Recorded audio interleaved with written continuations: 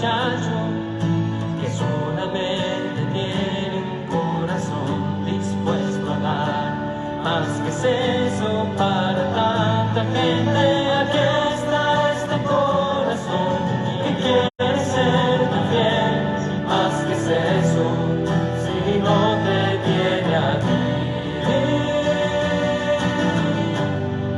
Si no te tiene a ti. Toma este corazón. Toma cuánto tengo y cuánto soy. Toma mi pasado, mi presente y mi futuro. Todo cuanto tengo, tómalo.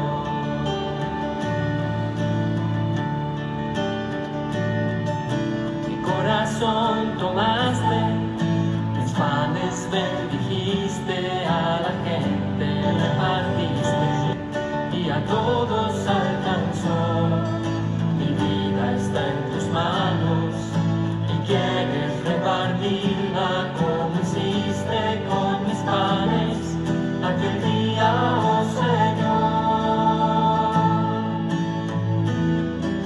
Aquí están mis palabras, aquí están mis acciones, aquí están mis ilusiones.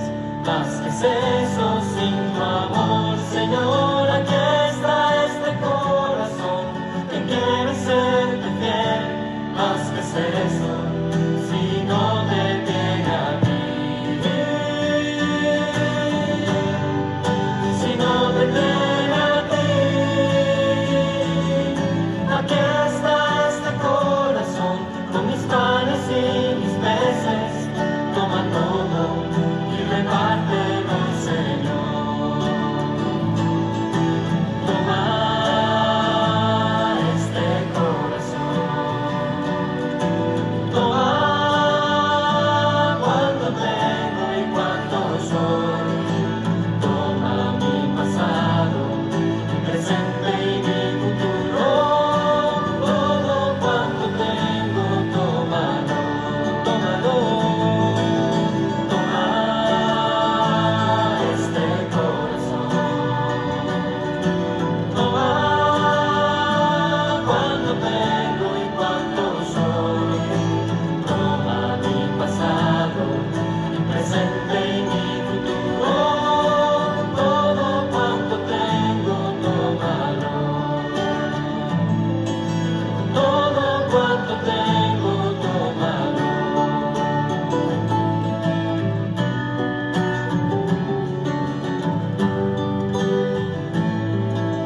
Aquí hay un muchacho.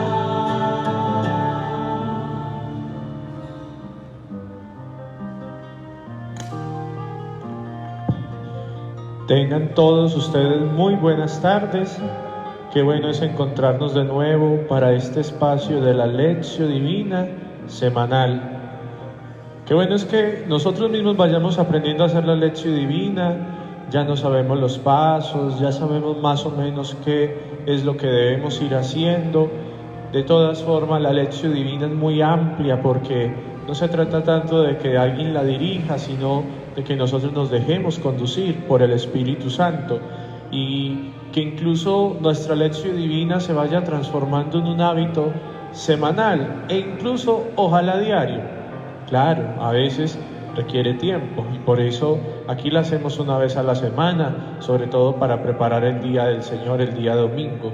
Pero les cuento que los monjes y las monjas de clausura tienen un espacio diario para la Lectio Divina.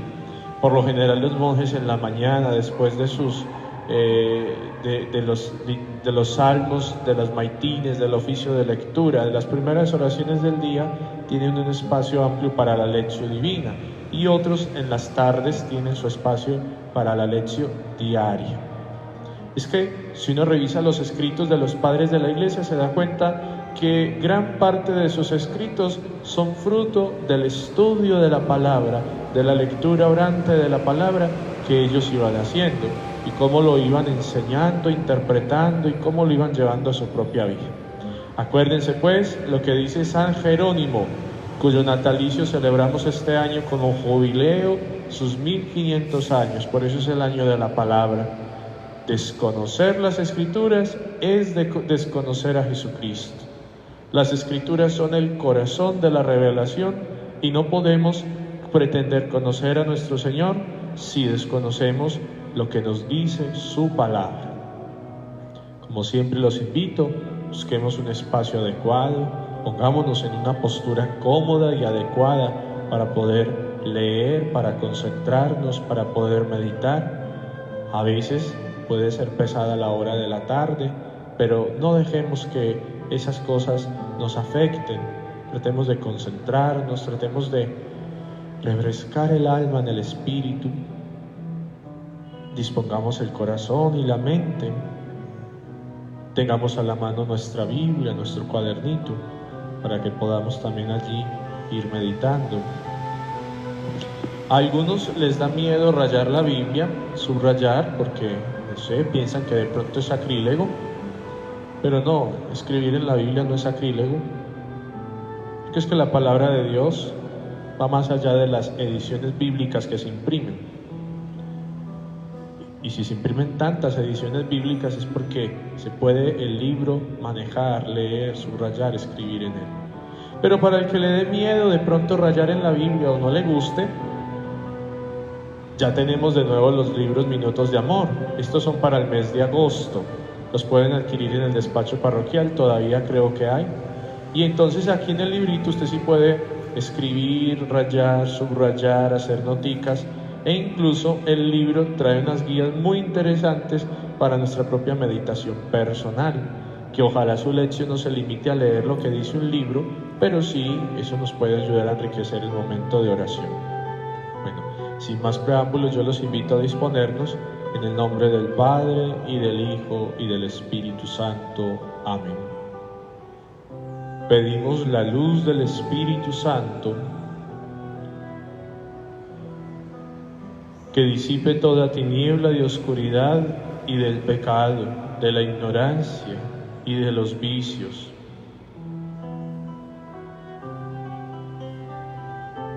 Que reconforte nuestro espíritu que es débil en la carne. Que guíe nuestro entendimiento al conocimiento pleno de Dios. Que abra nuestros sentidos, que mueva nuestra voluntad, que nos disponga, que nos haga tierra fecunda, que nos despierte el amor por la sabiduría,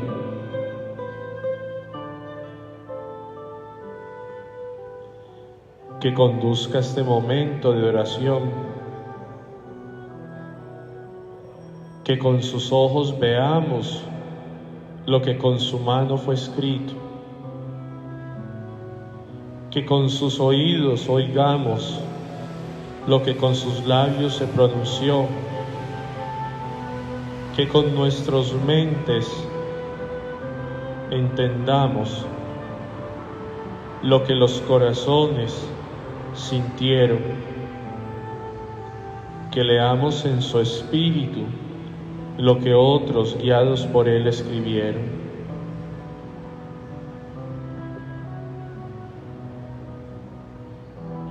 Oh Dios, Creador nuestro altísimo, principio y fuente verdadera de luz y sabiduría, dígnate infundir un rayo de tu claridad sobre las tinieblas de mi inteligencia, removiendo la doble oscuridad con la que nací, la del pecado y la ignorancia. Tú que haces elocuente las lenguas de los niños, instruye la mía e infunde en mis labios la gracia de tu bendición.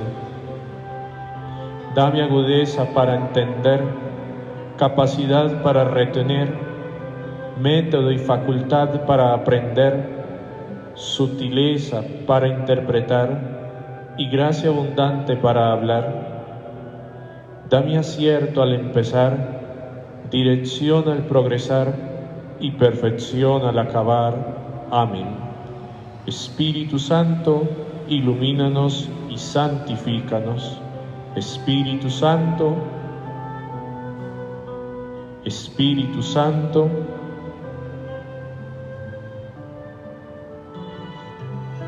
pide en tu interior la acción del Espíritu Santo.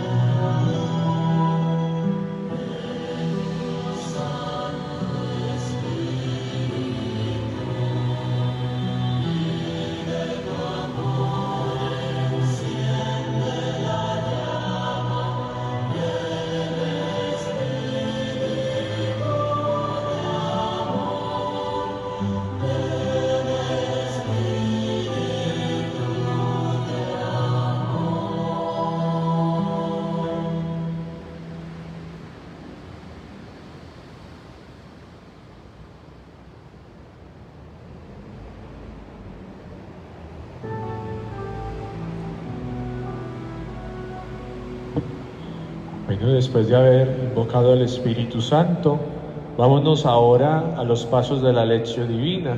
Aquí en el Facebook se los estoy recordando para que ustedes lo puedan ir desempeñando, al igual que les he dejado también el Evangelio, por si alguno no ha podido encontrarlo o no tiene la cita bíblica allí. El Evangelio es de Mateo, capítulo 14, versículos del 13 al 21. Bueno, recordemos que el primer paso nos invita es a leer y entender qué dice el texto, qué dice la palabra. Escuchemos y cada uno lee después solito. Del Evangelio según San Mateo. En aquel tiempo, al enterarse Jesús de la muerte de Juan el Bautista, se marchó de allí en barca a un sitio tranquilo y apartado. Al saberlo, la gente lo siguió por tierra desde los pueblos.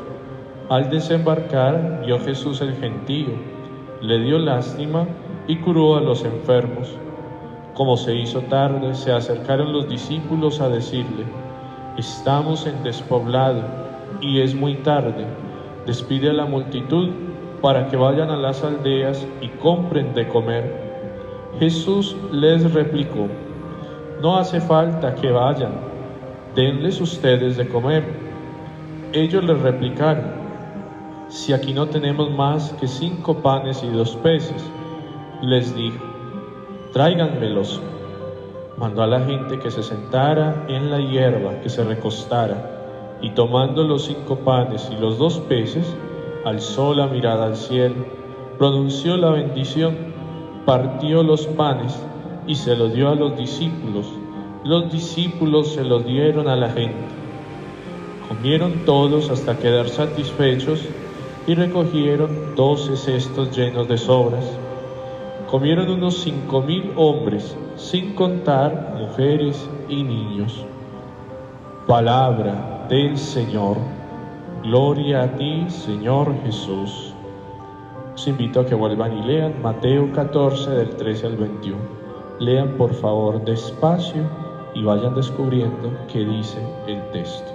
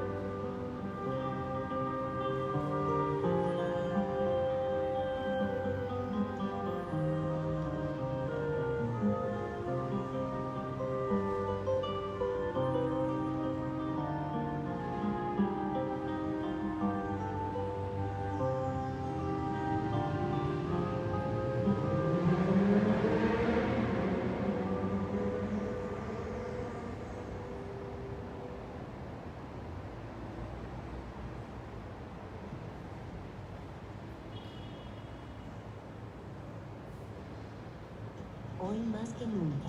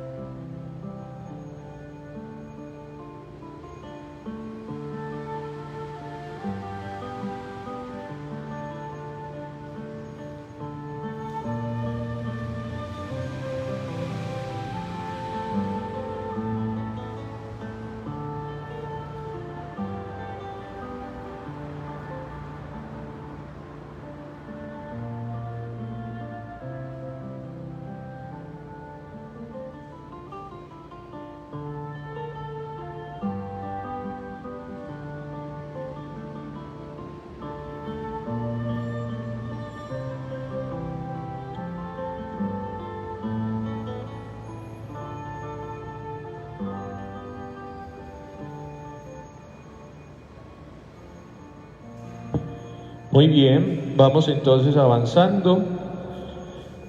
Por aquí Trina dice: Jesús vio, se compadeció, atardecer, la hora ya es pasada, en escena la sanación y la alimentación que Dios hace. Son palabras claves, gracias Trina o Mayra. Vamos a ver algunos elementos importantes para entender el texto. Ustedes notan que se saltó un poco el relato de San Mateo de lo que veníamos hablando. Habíamos estado hablando de las parábolas sobre el reino. Esta primera parte de parábolas se ve interrumpida por una sección narrativa, capítulo 13, versículo 53, cuando Jesús está en Nazaret y llegan su madre y sus hermanos, y continúa narrando además lo que sucedió con Juan el Bautista, cómo el tetrarca Herodes lo mandó a asesinar. Con todo esto, el inicio de este evangelio es bien diciente, porque Jesús dice 14, versículo 13, al oírlo Jesús, es decir, al enterarse de lo que aconteció con Juan, se retiró de allí en una barca aparte a un lugar solitario. Tengamos presente que Jesús ya es consciente que si a Juan lo mataron, con toda seguridad él terminará igual. Ojo con esto, Jesús no busca la muerte, pero Jesús sabe que si sigue hablando de la forma que lo hace y mostrando los signos que muestra, esto va a incomodar a las autoridades de Israel. Por eso Jesús comienza a constituir un grupo de discípulos y no puede de pronto arriesgarse a ser arrestado sin haber logrado unir un grupo de discípulos, haberles enseñado, haberles dado la misma autoridad para que pueda irse sabiendo que ya ha dejado un brote, una semilla aquí sembrada. Esto es bien importante. Lo segundo es que entonces Jesús se va a un lugar apartado. Jesús también buscaba espacios para estar a solas, para descansar. Pero en este caso el lugar apartado no tiene tanto que ver con eso, sino que en el fondo Jesús estaba siendo precavido. Por eso no quería hacer signos en público, por eso no quería que la gente estuviera detrás de él. Sin embargo, aquí vamos a ver cómo se rompe ese deseo inicial con lo que va a acontecer después. Fíjense, la gente lo siguió por las ciudades a pie. Esto ya indica algo. Jesús estaba, según la lectura del Evangelio un poquito más atrás, Jesús estaba en la región judaica de Galilea, es decir, Galilea tiene muchos pueblitos y esos pueblitos están todos rodeando lo que se llama el lago de Tiberíades o el mar de Galilea. Hay una parte occidental de esos pueblitos, más bien de ese lago, que es una parte donde hay pueblitos como Nazaret, por ejemplo, que son judíos, es decir, son religiosos. La parte oriental de esta Galilea es lo que se llama la Decápolis, son 10 pueblos, y otros que no son religiosos, judíos, son paganos, tienen una mezcla de cosas allí. Jesús se encuentra en la parte judía y Jesús se va en barca, dicen los historiadores, al parecer no de un lado al otro, de occidente a oriente, sino al parecer de norte a sur o de sur a norte, es decir, por la misma ribera, pero por el mismo lado. Esto nos va a indicar por qué la gente lo pudo seguir a pie. Quiere decir, él no se alejó mucho y la gente por la orilla logró llegar a donde él había ido.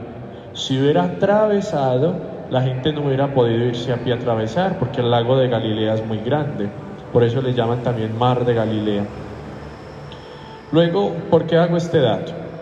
Resulta que San Mateo escribe para los judíos, para cristianos que han surgido del judaísmo, es decir, que conocen la Torá, que conocen las tradiciones judías. Y por eso Mateo incorporará más adelante otra multiplicación de los panes. Si ustedes se dan cuenta, el capítulo 15, versículo 32 al 39, habla de una segunda multiplicación de los panes. En este caso, esta multiplicación de los panes se da en un contexto de tierras paganas. ¿Cómo lo sabemos? Versículo 21. Jesús se retiró a la región de Tiro y de Sidón. Y entonces más adelante va a narrar unas curaciones junto al lago, es decir, en esta zona pagana. Y allí mismo en esta zona pagana, Jesús va a multiplicar de nuevo los panes. ¿Por qué Mateo nos trae dos relatos de multiplicación de los panes? Cuando, por ejemplo, el Evangelio de Juan solo trae uno. Porque a Mateo le interesa mostrarnos cómo Jesús hace este signo tan hermoso y abundante, tanto para los judíos como para los no judíos. ¿Cómo lo demuestro? En el relato que vamos a tener este domingo, Jesús dice había 5 panes y 2 peces. 5 son los 5 libros de la Torá, la ley de Dios, el Pentateuco. Y dice que sobraron 12 canastos de sobras, valga la redundancia, 12 canastos con lo que sobró. 12 es el número de las tribus de Israel, tengan presente ese dato. El relato de Mateo 15, versículo 32 y siguientes, dice que Jesús tenían 7 panes y unos pocos pececillos. 7 panes tiene que ver con un dato también de las regiones paganas a las que Jesús estuvo evangelizando. Por eso las 7 canastas llenas también, pero además el 7 es como una plenitud, es decir, también a estos pueblos, la tierra, el orbe completo. Eso pues para entender, porque alguno dirá, ¿por qué otra vez Jesús multiplica los panes casi que un capítulo después de este? Pero resulta que Mateo nos va a narrar un hecho entre judíos y un hecho entre paganos. Volvamos al texto que nos interesa. Estábamos pues en que Jesús se fue, la gente lo siguió. Fíjense en estos momentos tan importantes. Palabras claves. Al desembarcar, vio mucha gente. Jesús no es indiferente. Jesús se da cuenta que la gente lo busca y entiende lo que la gente quiere. Y es eso lo que va a suscitar en él, miren esta expresión, sintió compasión. La expresión griega es esplagniste, que viene de la palabra esplagnisomai, palabra griega para decir misericordia. Miren cómo se define misericordia en griego con la expresión esplagniste. Se conmovió desde las entrañas. ¿Qué se llevan las entrañas? Un hijo. Las mamás saben que es en las entrañas donde sus hijos han estado, porque el vientre es ahí cerca a las entrañas.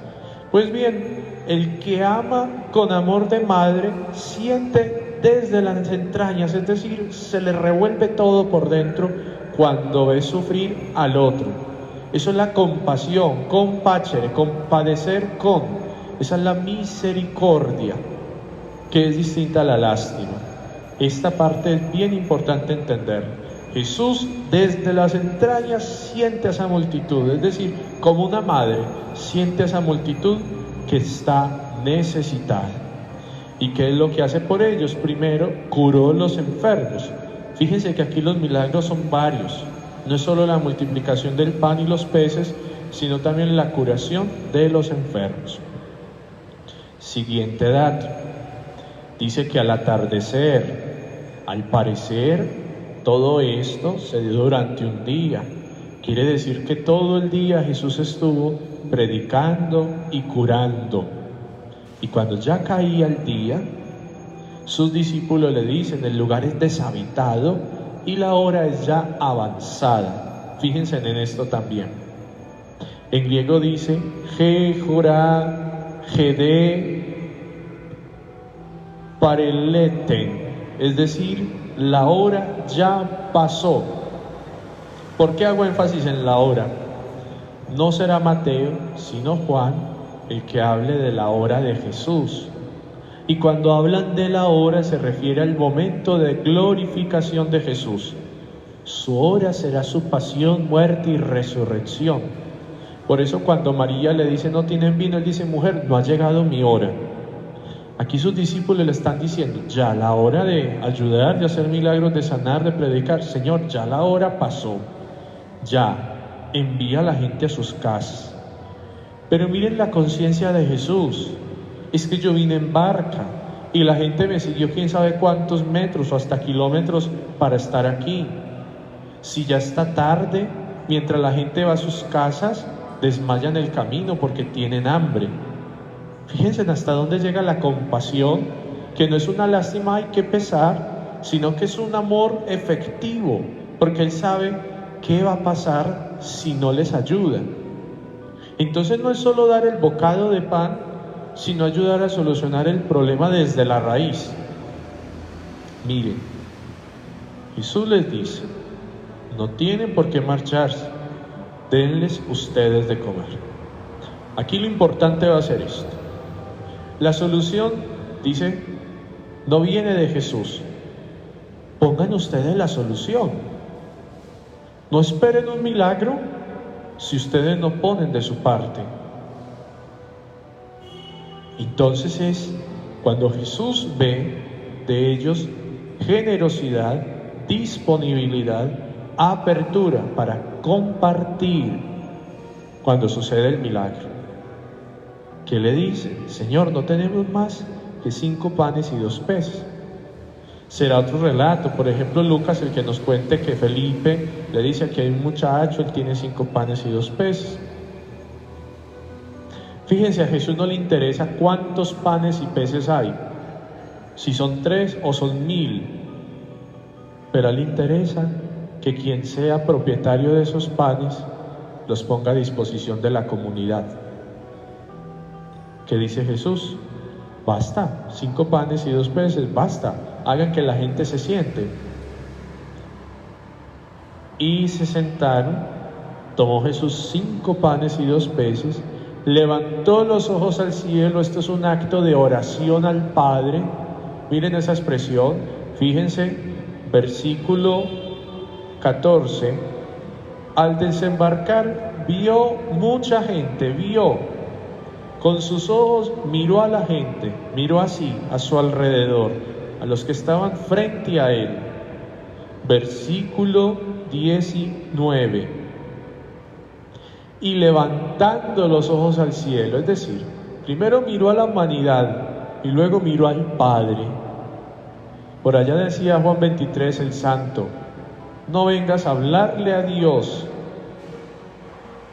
de la humanidad sin hablarle a la humanidad primero de Dios. Es decir, Jesús se fija en la gente y lo que ven ellos se lo cuenta al Padre. Vio a la gente y luego dice, levantó los ojos al cielo. Y miren esta expresión, pronunció la bendición y partiéndolos dio los panes a los discípulos. ¿Qué nos recuerda esto? Jesús pronunció la bendición, la acción de gracias, Eucaristein, acción de gracias, Eulogensen, los bendijo. Es la misma expresión de acción de gracias, bendecir y dar gracias, la misma raíz. Lo partió y lo dio a sus discípulos. Es lo mismo que hace en la última cena. Pronuncia la bendición, gracias a Dios porque ha dado el pan. Lo parte y lo da a los discípulos. En la cena les dice, hagan esto en memoria mía. Aquí les dicen, déselo a la gente. Es decir, lo mismo que él hace, partirlo, háganlo con los demás, partan el pan para que alcance. Y dice, comieron todos y se saciaron y recogieron los trozos sobrantes, 12 canastos llenos, es decir, todo el pueblo de Israel, aquí representado, las 12 tribus llenas, saciadas. Este signo del pueblo lleno, del pueblo de Israel, es signo del Mesías. Los profetas decían que el Señor en un monte serviría un banquete para todo Israel y que vendrían de todas las tribus a deleitarse con ese banquete. El libro de la sabiduría dice: la sabiduría ha servido un banquete y de todas las naciones vendrán a deleitarse de la sabiduría. Es un signo del último tiempo, del tiempo de salvación. Es un signo del Mesías. Esto es un signo bien fuerte que nos muestra que ya ha llegado el reino. El reino es cuando todos se pueden saciar. Y dice, los que habían comido eran 5.000 hombres, sin contar mujeres y niños. Ya les dije, 5 es signo de la Torá, 1.000 tiene que ver es multitud. En el fondo no es una cifra cuantitativa. 5.000, no, nadie llevó registro de cuántos habían ahí. Es una expresión para decir, era una multitud. Y fíjense cómo Mateo, judío, dice hombres, porque él sabe, él está hablando a judíos, él sabe que en una sinagoga se cuentan cuántos hombres hay para que dé inicio a la reunión. Las mujeres y los niños pueden ser más que los hombres o menos, pero interesa si hay una cantidad específica de hombres. Esto pues para tener presente, porque habla de 5.000 hombres sin contar mujeres y niños, es decir, hay mucha gente. Entre ellos hay muchos varones, es decir, muchos jefes de casa. Bueno, con todos estos datos, vámonos a la meditación. ¿Qué me dice a mí hoy esta palabra que acabamos de escuchar, de leer y también hemos podido explicar un poquito?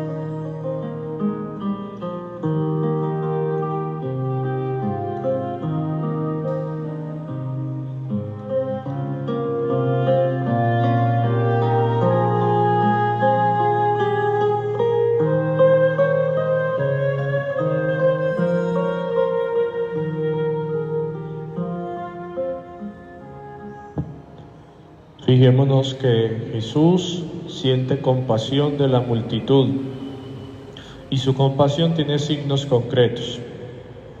Primero, que al verlos los identifica, sabe quiénes son, lee qué necesitan, entiende qué quieren, qué buscan. No los ve como una masa, los ve como personas. Segundo, que lo siente desde sus entrañas, es decir, desde dentro de sí, siente lo que a ellos les pasa. Es decir, hace suyo el dolor de los otros, hace suyo el hambre de los otros, hace suya la esperanza de los otros. Siente desde dentro, no puede en sus entrañas, no puede seguir viviendo mientras no les ayude. Tercero, entonces los cura. Cuarto, que está con ellos toda una jornada. Aquí habla que hasta el atardecer, y al atardecer dijeron, que se vayan. Él dice, no, hay que darles comida. Pero entonces lo que indica es, estuvo toda una jornada con ellos. Los acompañó, los asistió, se quedó con ellos un buen rato. Quinto, también instruye, porque a la par dará el pan de su palabra, como nos lo narra San Juan 6, que luego Jesús expuso toda una catequesis eucarística. Y por último, los alimenta, pero hasta que queden saciados. Es decir, llena, colma sus expectativas.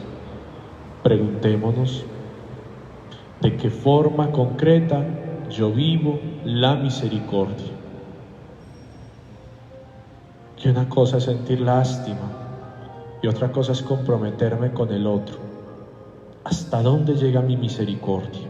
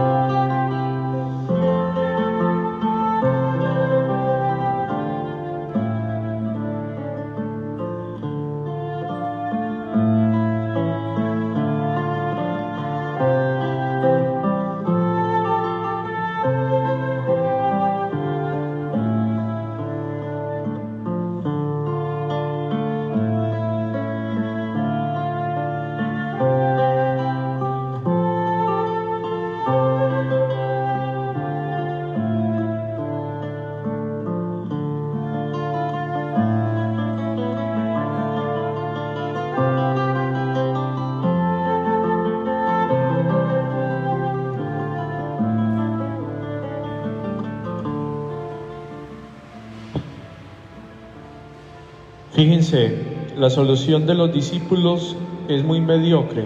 Señor, despide a la gente, que vaya a buscar comida a su casa. La solución de Jesús es, a ver, ¿qué tienen ustedes para ofrecer? Denles ustedes de comer. A veces nosotros despachamos al prójimo así. Vaya a ver qué le da el gobierno, vaya a ver qué dan por allá. Ay, no, ahorita no. Voy de salida. Ay, a ver, que la familia le ayude, que se encargue en la alcaldía, que lo haga la iglesia. Jesús dice, denles ustedes de comer. La solución la puso Dios en nuestras manos. Tú y yo tenemos en las manos la solución que tengo para ofrecer a Dios. para que puedas saciar las hambres, no el hambre material solamente, las hambres que tiene mi hermano.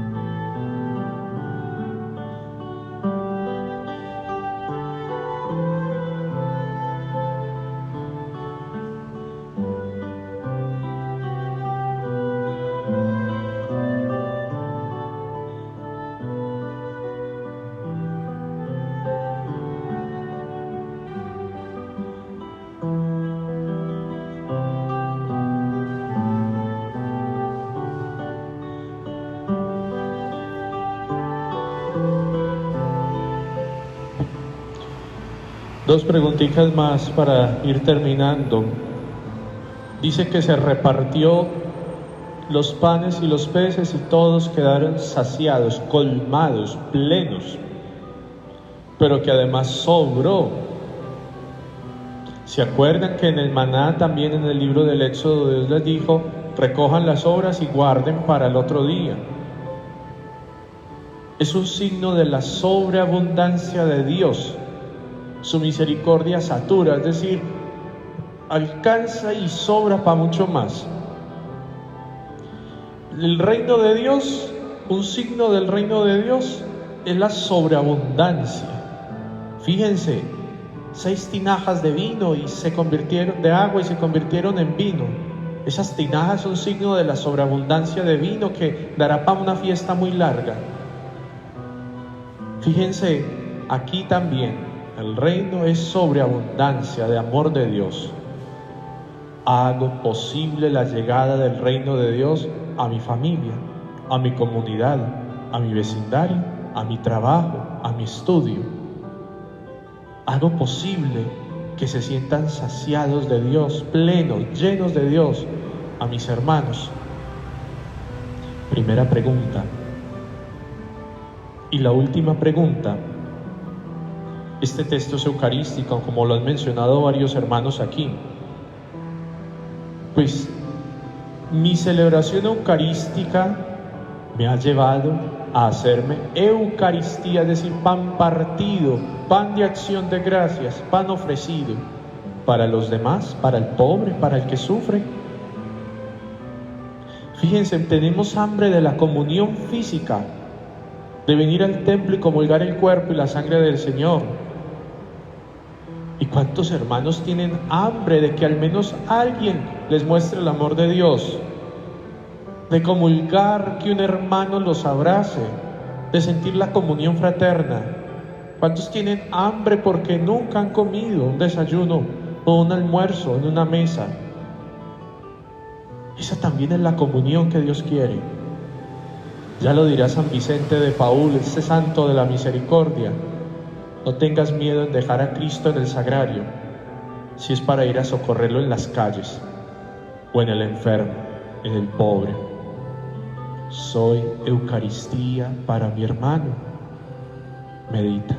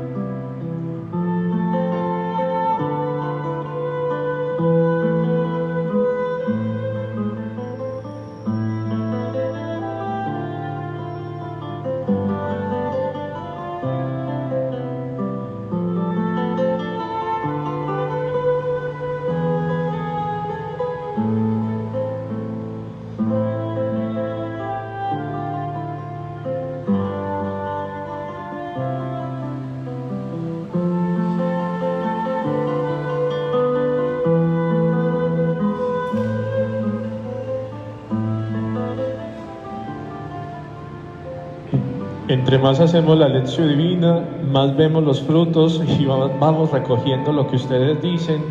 Ahí nos vamos dando cuenta que ya no nos basta una hora, el tiempo se va a agotar y sin embargo todavía nos falta. Por eso no voy a leer todos los comentarios, quiero agradecerles a quienes han compartido esas reflexiones, ahí queda para que ustedes puedan enriquecerse. Yo también me enriquezco de lo que ustedes comparten. Aquí, por ejemplo,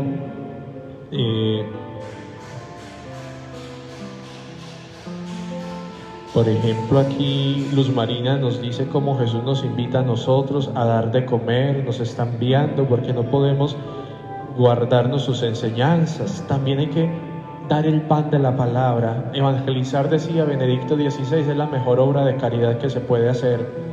El gentío, la multitud, generalmente no tienen nombre ni rostro, pero nosotros estamos llamados a identificarlos.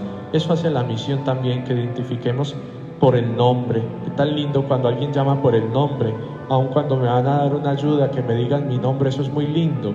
Y no simplemente como vea usted, vea el de la fila, no, sino que a ti te saluden por el nombre, ya eso es una caridad muy linda.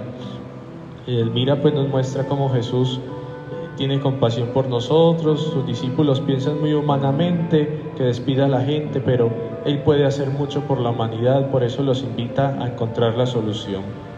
Sonia nos indica cómo si escuchamos esa palabra nos saciamos del Señor y buscamos saciarnos no solo de pan, sino también de su palabra, y eso nos lleva a ser misericordiosos para saciar también a la multitud que busca a Dios. Algunos lo buscan sin decir que lo buscan, pero en el fondo son corazones pataleando, buscando a Dios y negando que lo están buscando.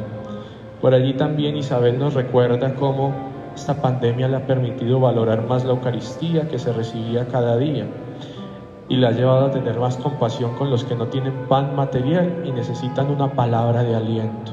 Es esta la oportunidad más grande que tenemos de vivir la caridad, ahora que tantos han perdido sus cosas, su empleo, su comida, que hay tanta gente sufriendo, que hay tanto enfermo. Araceli nos dice: Jesús me invita a orar a solas con Él, a llenarme de Él, para poder ir al hermano, a compartir, a ser desprendido y a ofrecer a Dios que comparto con el Hijo. Fíjense, Jesús estaba a solas, llegó todo el mundo, pero Jesús ya está orando, siempre habla con el Padre. Fíjense, Jesús antes de dar el pan primero da gracias, dice: Padre, gracias porque este pan lo recibimos de ti, y luego lo reparte. De la oración brota la caridad, de la experiencia de encuentro con Cristo tiene que brotar la misericordia con los demás. Yo te invito ahora para que en un momentico de silencio, si quieres cierra los ojos. ¿Qué le dices a Dios? ¿Qué le respondes? Haz oración.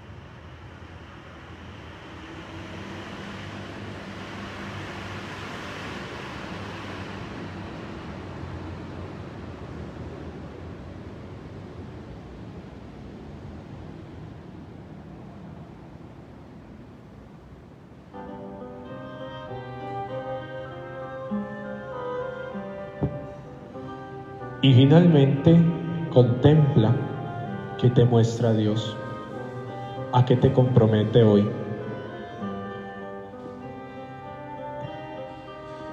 Ojalá pudieras escribir, yo escribí aquí un pequeño compromiso, escribe un compromiso concreto para cumplir esta semana. ¿Cómo vivir este evangelio en esta semana? Algo real que se pueda hacer en la vida cotidiana. ¿Qué me muestra Dios para vivir esta palabra?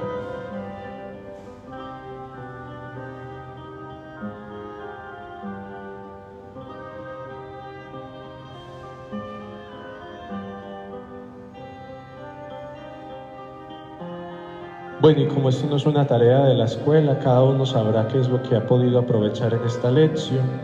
Y pues, aunque cerramos la transmisión, cada uno podrá seguir la lección durante toda esta semana. Vuelvan al texto, reléanlo, subrayenlo, saquen nuevas ideas, comparen, compartan, mediten, hagan la oración, contémplenlo y hagámoslo vida. Nadie les va a revisar eso aquí, solo Dios sabe qué es lo que cada uno de nosotros ha podido sacar como provecho de esta palabra. Termino como siempre con la oración del beato Antonio Echeverría. Oh Verbo, oh Cristo, qué bello y qué grande eres, ¿quién acertará a conocerte? ¿Quién pudiera comprenderte? Haz, oh Cristo, que yo te conozca y te amo. Tú que eres la luz, manda un rayo de esa divina luz sobre mi pobre alma, para que yo pueda verte y comprenderte. Dame una fe en ti tan grande, que todas tus palabras sean luces que me iluminen, me atraigan hacia ti y me hagan seguirte en todos los caminos de la justicia y de la verdad. Oh Cristo, oh Verbo, mi Señor y mi único Maestro, habla, que quiero escucharte y poner en práctica tu palabra, que sé que viene del cielo. Quiero escucharla, meditarla, practicarla, porque en tu palabra está la vida, la alegría, la paz y la felicidad. Habla, Señor, tú eres mi Señor y mi Maestro. Quiero escucharte solo a ti. Amén. El Señor te bendiga en el nombre del Padre, y del Hijo, y del Espíritu Santo. Amén. Un último aviso. La próxima semana, Dios mediante, la lección divina será el lunes a esta misma hora, las 4 de la tarde, pero la vamos a transmitir por el canal de YouTube de la parroquia, porque ya podemos transmitir. Ustedes busquen en YouTube Parroquia Santa Teresita del Niño Jesús Medellín, suscríbanse y denle clic en la campanita. Esa campanita les avisará cuando la parroquia esté transmitiendo algo. De todas formas, vamos a ir poco a poco motivando para que muchos puedan llegar, y ahí en el canal de YouTube en directo transmitiremos la lección del próximo lunes. El Señor los bendiga, que tengan una feliz tarde.